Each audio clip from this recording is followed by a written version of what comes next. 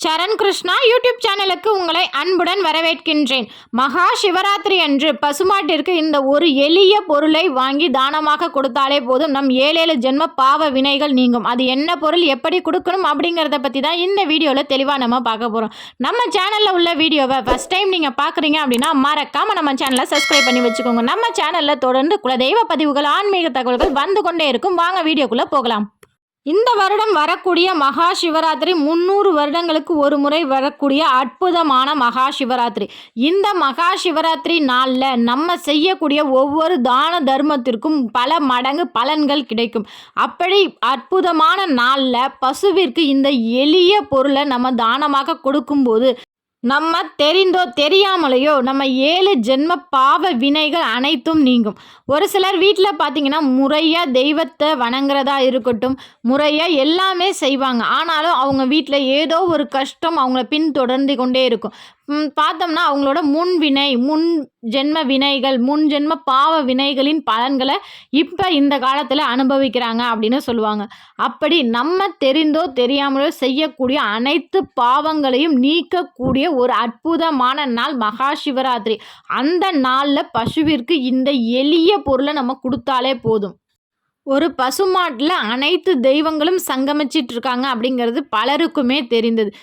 சிவபெருமான், மகாவிஷ்ணு, லக்ஷ்மி தாயார், பிரம்மா என அனைத்து தெய்வங்களும் ஒரு விலங்குக்குள்ளே இருக்காங்க, ஒரு விலங்கில் சங்கமிச்சிட்டு இருக்காங்க அப்படின்னா அது நம்ம புனிதமான பசுமாடே ஆகும்.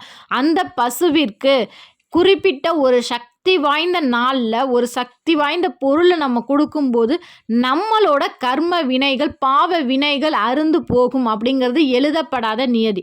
அப்படி இருக்கிற இந்த புனிதமான நாளில், அதுலேயும் 300 வருடங்களுக்கு பிறகு ஒரு 5 சக்திகள் மிக்க ஒரு அற்புதமான மகா சிவராத்திரி. இந்த தானத்தை நம்ம வெள்ளிக்கிழமை, சனிக்கிழமை 2 நாட்கள் செய்ய வேண்டும். வெள்ளிக்கிழமை செய்வது ரொம்ப விசேஷம். வெள்ளிக்கிழமை மகாலட்சுமி தாயாருக்கு உரிய நாள், அம்பிகை வழிபாட்டுக்கு சிறந்த நாள். அது மட்டும் இல்லை, அன்று பிரதோஷம், சுக்கிர பிரதோஷம். பிரதோஷ நாள்னாலே நந்தீஸ்வரருக்கு உரிய தினம். இதில் மகா சிவராத்திரி. இந்த 4ம் ஒரு சேர இருப்பது வெள்ளிக்கிழமை. இந்த நாளில் ரொம்பவே சக்தி வாய்ந்த நாள். இந்த நாளில் நம்ம பசுவிற்கு தண்ணி கொடுத்தா கூட அவ்வளோ நல்ல பலன். பசுவிற்கு தண்ணீர் தாகம் தீர்ப்பது, தெருநாய்களுக்கு, குருவிகளுக்கு அன்றைக்கெலாம் உங்கள் மொட்டை மாடியில் தினமும் வைக்கிற பழக்கமே இல்லைனாலும் வெள்ளிக்கிழமை காலையிலே போய் கொஞ்சம் தண்ணி வச்சுருங்க. அன்றைக்கி முடிஞ்ச ஒரு தெருநாய்களுக்கு, சின்ன சின்ன பறவைகளுக்கு உங்களால் முடிந்த உணவு தானம் செய்யுங்க. பெண்கள் கட்டாயம் அன்னைக்கு, அதாவது மகா சிவராத்திரி வெள்ளிக்கிழமை அன்னைக்கு உங்களால் முடிஞ்ச பச்சரிசி மாவையும் வெல்லமும் கலந்து எறும்புகளுக்கு உணவு கொடுங்கள்.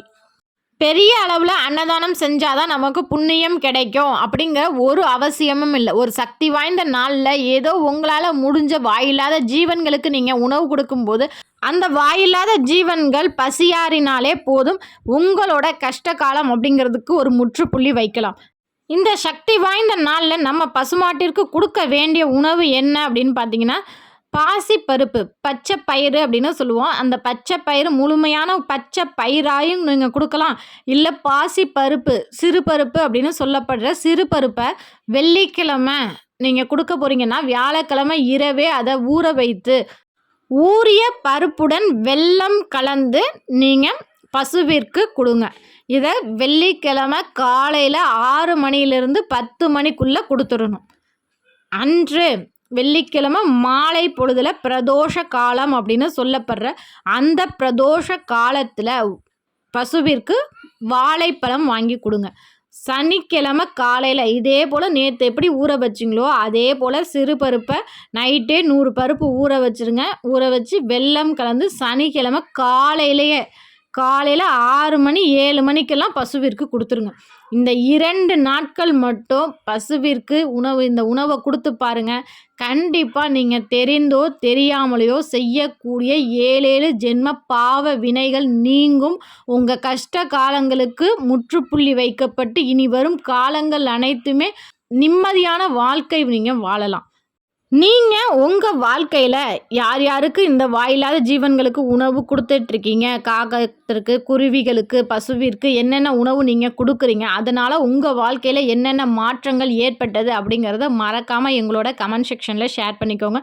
இந்த வீடியோ உங்களுக்கு பயனுள்ளதாக இருக்கும் என்ற நம்பிக்கையில் மற்றொரு வீடியோவில் சந்திக்கிறேன். இந்த வீடியோ பற்றின உங்களது கருத்துக்களை மறக்காமல் எங்களோட கமெண்ட் செக்ஷனில் ஷேர் பண்ணிக்கோங்க. இந்த வீடியோ உங்களுக்கு பிடிச்சிருந்தா லைக் பண்ணுங்கள், ஷேர் பண்ணுங்கள், மறக்காமல் சப்ஸ்கிரைப் பண்ணுங்கள். சரண் கிருஷ்ணா யூடியூப் சேனல். நன்றி, வணக்கம்.